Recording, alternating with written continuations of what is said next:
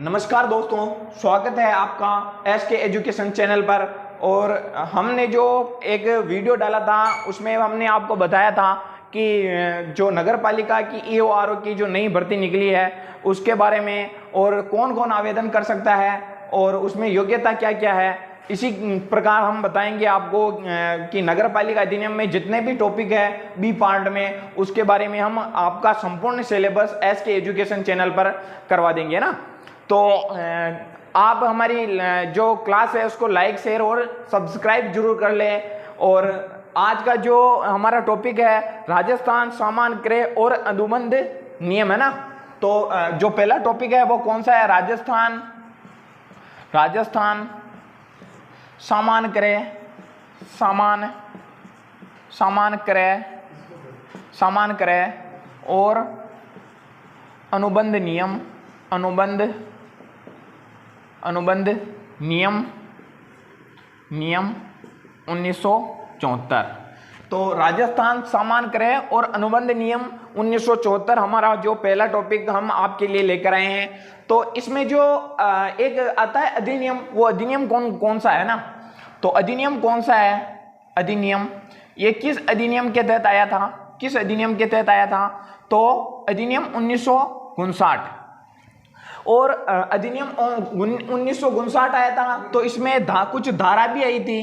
धारा कौन सी आई थी? 297 और 298 और 80। ये क्या है जो इनमें धारा आई थी। और अधिनियम पूछ ले तो अधिनियम कौन सा है? सामान क्रय और अनुबंध नियम 1974 में आया था। लेकिन किस अधिनियम के तहत आया था? 1959 के अधिनियम के तहत आया था। और इसमें कुछ धारा पूछ ले तो कौन सी धारा है? 297, 298 और 80। और इसके बाद जो इनमें नियम कितने हैं?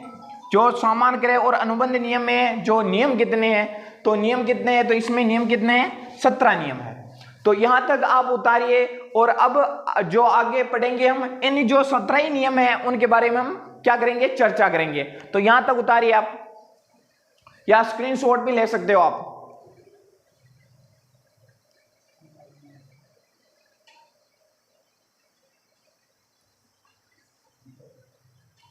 तो अब आगे जो पढ़ते हैं हम नियम नंबर 1। तो नियम नंबर 1 क्या बोलता है हमको? नियम नंबर 1 क्या बोलता है? तो नियम नंबर 1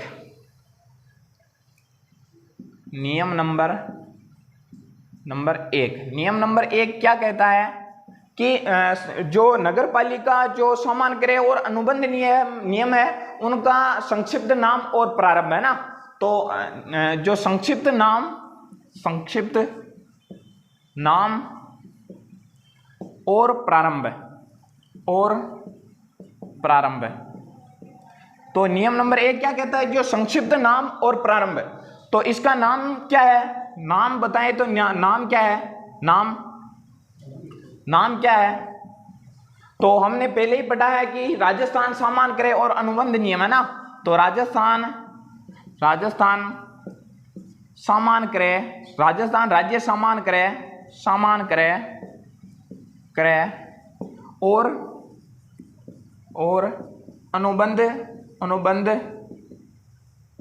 अनुबंध नियम 1974। तो नाम क्या पूछ लिया? नाम पूछ रहे हैं तो पहला नाम ही आ जाता है कि राजस्थान सामान क्रय और अनुबंध नियम। ये हमको क्या होगा? आपको याद करने की कोई जरूरत नहीं है ना। और ये अब बोलता है कि ये प्रारंभ कब से होगा? प्रारंभ कब से होगा? तो राजस्थान राज्य राजपत्र में जब से प्रकाशित करेगा, राजस्थान जो राजपत्र में प्रकाशित करेगा उसकी नियत तिथि से 1 माह बाद। जैसे आप ये देखते हो कि आज जो राजस्थान राजपत्र में प्रकाशित कर दिया निविदा, टेंडर वेंडर, उसके बारे में अगर राजपत्र में प्रकाशित कर दिया तो आज जो डेट है उसी डेट की जो अगले माह की वही डेट आएगी, उस दिन क्या होगा? वो प्रारंभ लागू हो जाएगा ना। तो इसमें देखते हैं तो राजस्थान सरकार द्वारा राजपत्र में प्रकाशन की तिथि तिथि से एक माह बाद, एक माह बाद लागू होगा। तो ये क्या बोलता है, राजस्थान सरकार द्वारा जब से राजपत्र में प्रकाशित करेगा और तब से नियत तिथि से एक माह बाद। तो अब इसमें आता है कि जो राजपत्र में प्रकाशित कब हुआ था, प्रकाशन कब हुआ था, इनका जो आपको प्रकाशन अगर पूछ ले तो प्रकाशन कब हुआ था, तो 16 फरवरी 1974। और अगर ये पूछ ले कि ये लागू कब हुआ था तो 16 मार्च 1974। तो यहां तक जो पहला नियम है वो आपको सही तरीके से समझ में आ गया होगा कि जो पहला नियम पूछ रहा है तो पहला नियम है कौन सा, संक्षिप्त नाम और प्रारंभ। और नाम पूछ ले तो राजस्थान सामान्य करे और अनुबंध नियम, ये हमको आपको याद करने की कोई जरूरत नहीं है। तो अब जो ये प्रारंभ कब से होगा, अगर आपके ये क्वेश्चन आ जाए कि जो नियम नंबर 1 बोलता है कि वो प्रारंभ कब होता है, संक्षिप्त नाम और प्रारंभ कब होता है, तो राजस्थान निविदा प्रारंभ कब होती है, तो राजस्थान सरकार राजपत्र में प्रकाशन की तिथि से एक माह बाद लागू होगा। तो अब बोलते हैं कि जो प्रथम प्रकाशन कब हुआ था, तो 16 फरवरी 1974 को हुआ था, और लागू कब हुआ था, तो 16 मार्च 1974 को। यहां तक आप उतारिए, उसके बाद हम पढ़ते हैं अगला, है ना।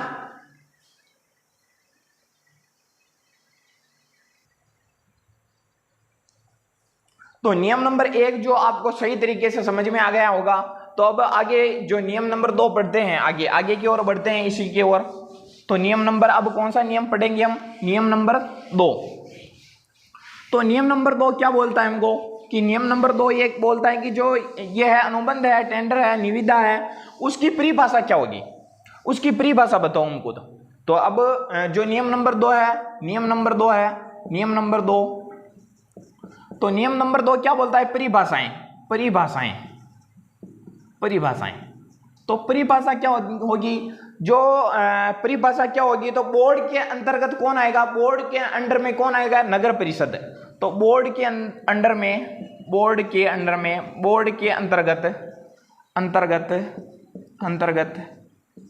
नगर परिषद आएगी।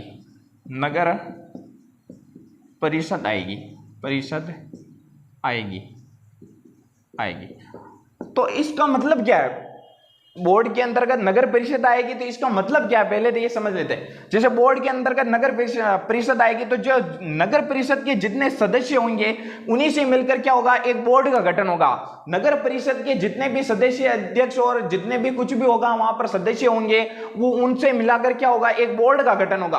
तो बोर्ड के अंदर में कौन आएगा, नगर परिषद आएगा ना। तो आप समझ रहे हो, जैसे कोई मतलब कि जितने भी वहां पर नगर परिषद के सदस्य उनसे क्या मिलकर क्या बनेगा, एक बोर्ड बनेगा ना, एक बोर्ड बनेगा। तो इनका कहने का मतलब है कि बोर्ड के अंडर में कौन आएगा, नगर परिषद। तो अगर सदस्य बन गए तो बोर्ड बन गया, और वहां का कार्य संचालन कौन करेगा, अब बोर्ड, है ना। तो यहां तक तो समझ में आ गया होगा। अब जो दूसरी बात बताता है ये कि जो क्रय अधिकारी और मांगकर्ता अधिकारी क्या समझा जाएगा, कार्यपालक। तो क्रय अधिकारी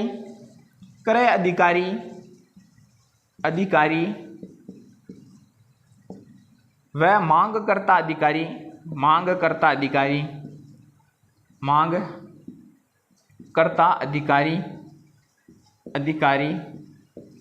क्या समझे जाएंगे, कार्यपालक समझे जाएंगे, पालक समझे जाएंगे। तो इसका मतलब समझिए, जो क्रय अधिकारी यानी कि जो कोई कार्य करवाना है, क्रय अधिकारी खरीदने वाला है, और जो मांग करता है, जैसे किसी कार्य की मांग करता है, निविदा नोटिस जारी करता है, तो वो क्या होगा, वो क्या कहलाएंगे, कार्यपालक समझे जाएंगे ना। और एक बात और है इसमें, जो एक बात और क्या है, जो कार्यपालिका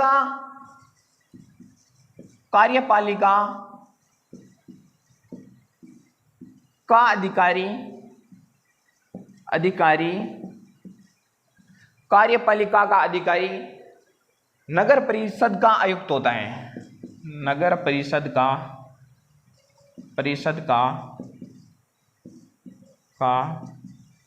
आयुक्त होता है। जो कार्यपालिका का अधिकारी होगा वह नगर परिषद का क्या होगा, आयुक्त होगा। तो नियम नंबर 2 भी क्या है, कंप्लीट है, यहां तक आप उतारिए।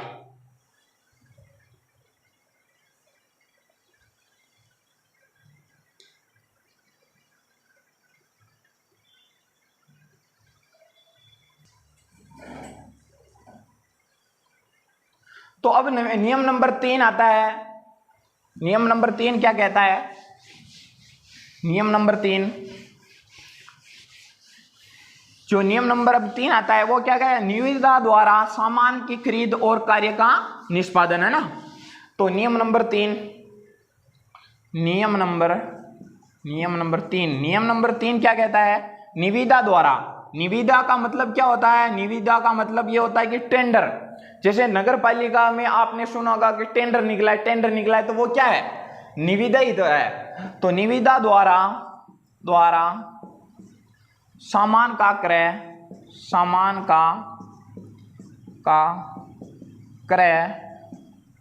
व कार्य का निष्पादन।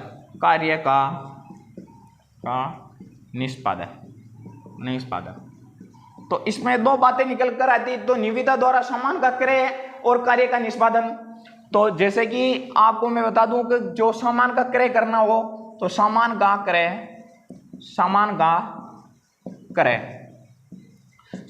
क्रय और कार्य का निष्पादन। एक बात और बता रखी है हमको कि कार्य का निष्पादन।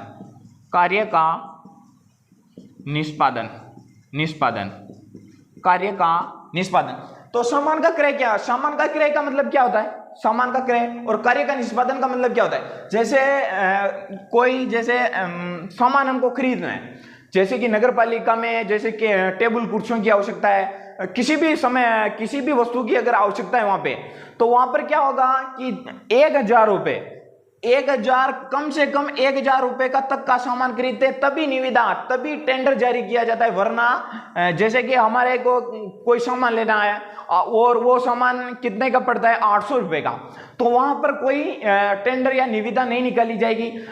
जबकि कोई टेंडर निकालने के लिए वहां पर व्यय कितना होना चाहिए? वहां इन्वेस्ट कितना करना पड़ेगा? 1000 रुपए। 1000 राशि का कोई सामान खरीदना है तभी क्या होगा? टेंडर या निविदा निकाली जाएगी ना।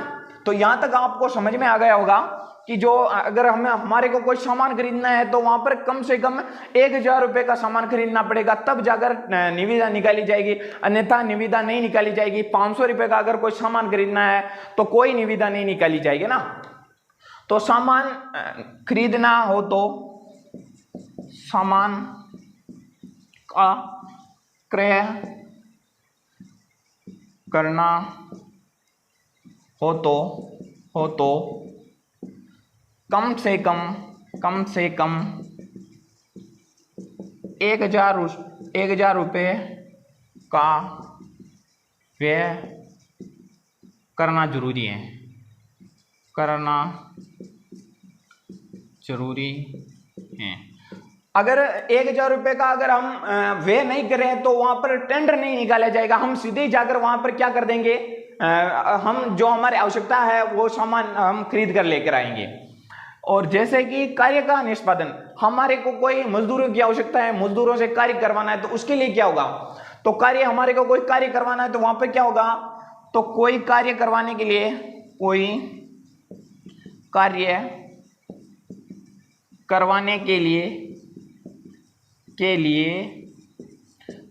करवाने के लिए कम से कम 2000 रुपए का व्यय होना जरूरी है। तो यहां तक जो नियम नंबर 3 आपको समझ में आ गया होगा कि कोई अगर हमारे को सामान खरीदना है तो कम से कम 1000 रुपए का व्यय करना पड़ेगा, अन्यथा कोई टेंडर नहीं निकाला जाएगा। और कार्य का निष्पादन, कार्य करवाना हो, कोई मजदूरों की आवश्यकता हो तो मजदूरों से कार्य करवाने के लिए कम से कम 2000 रुपए का व्यय कर रहे हैं हम, तब क्या होगा? टेंडर निकालेंगे, अन्यथा कोई टेंडर नहीं निकालेंगे। 1000 रुपए कोई कार्य करवाना हो तो हम सीधे ही जाकर मजदूरों को पकड़ के लेकर आएंगे और काम करवा देंगे ना। तो यहां तक आप उतारिए नियम नंबर 3। और अब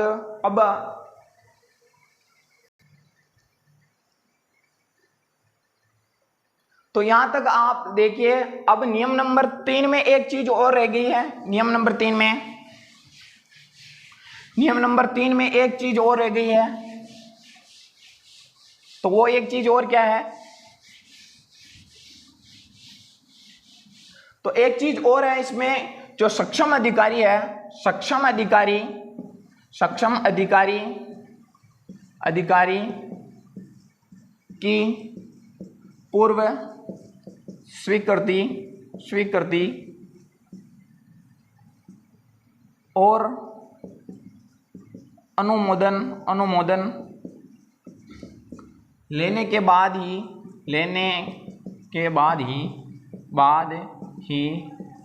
कोई निविदा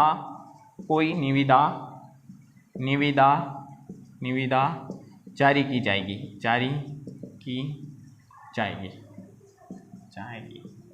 यानी कि इसका कहने का मतलब क्या है कि जो कोई हमारे को निविदा टेंडर निकालना हो तो हमें किनकी स्वीकृति लेनी पड़ेगी? सक्षम अधिकारी की पूर्व स्वीकृति लेनी पड़ेगी।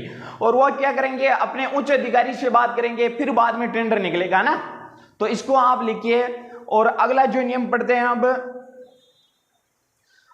नियम नंबर, अब कौन सा पढ़ेंगे हम? नियम नंबर 4 है।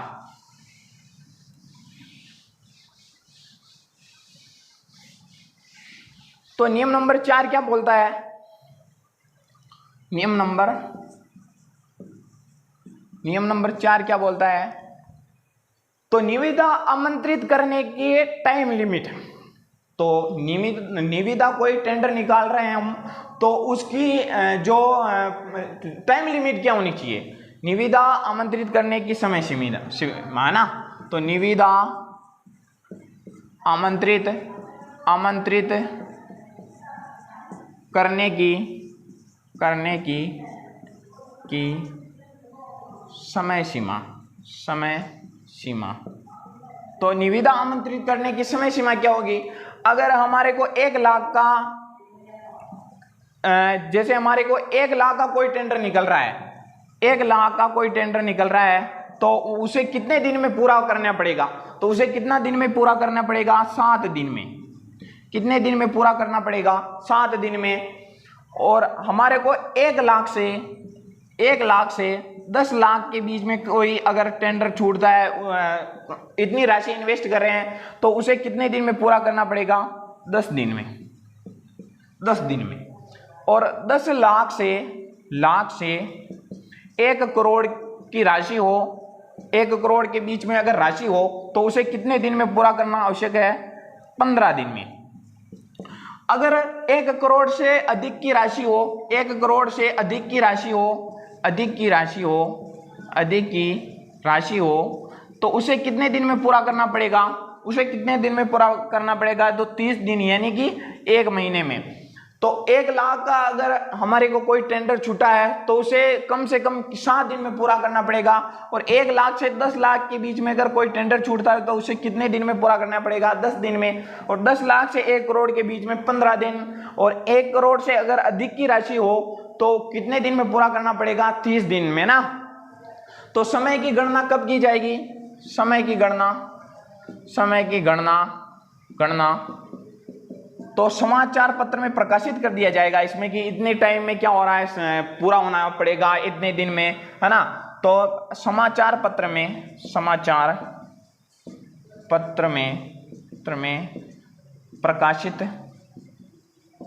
प्रकाशित किया जाएगा। तो ये नियम नंबर 4 हो गया। अब नियम नंबर 5 की ओर बढ़ते हैं हम।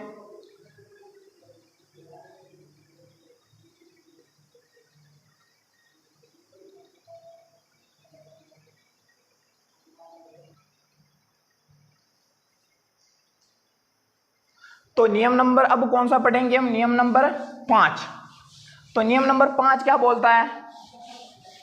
नियम नंबर 5 क्या बोलता है? नियम नंबर 5 क्या बोलता है कि जैसे कोई निविदा है, निविदा का मतलब आप समझ गए होंगे कि टेंडर है, निविदा है, तो उसमें क्या होता है? निविदा में, वो निविदा जो पर्याप्त संख्या पर्याप्त संख्या, पर्याप्त समय उचित प्रकार से और अन्य कारण से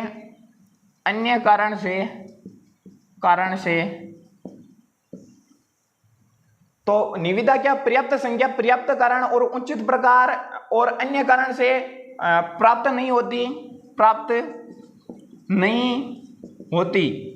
तो क्या किया जाएगा, निविदा नए सिरे से आमंत्रित की जाएगी ना। तो निविदा नए सिरे से आमंत्रित की जाएगी।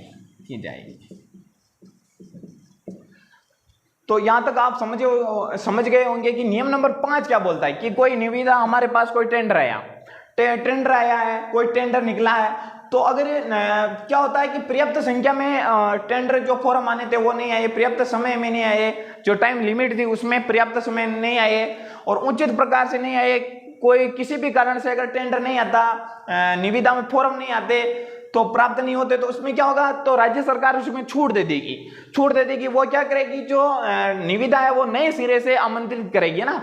तो नए सिरे से क्या होगा, टेंडर निकाला जाएगा, अब वापस वही प्रक्रिया होगी ना।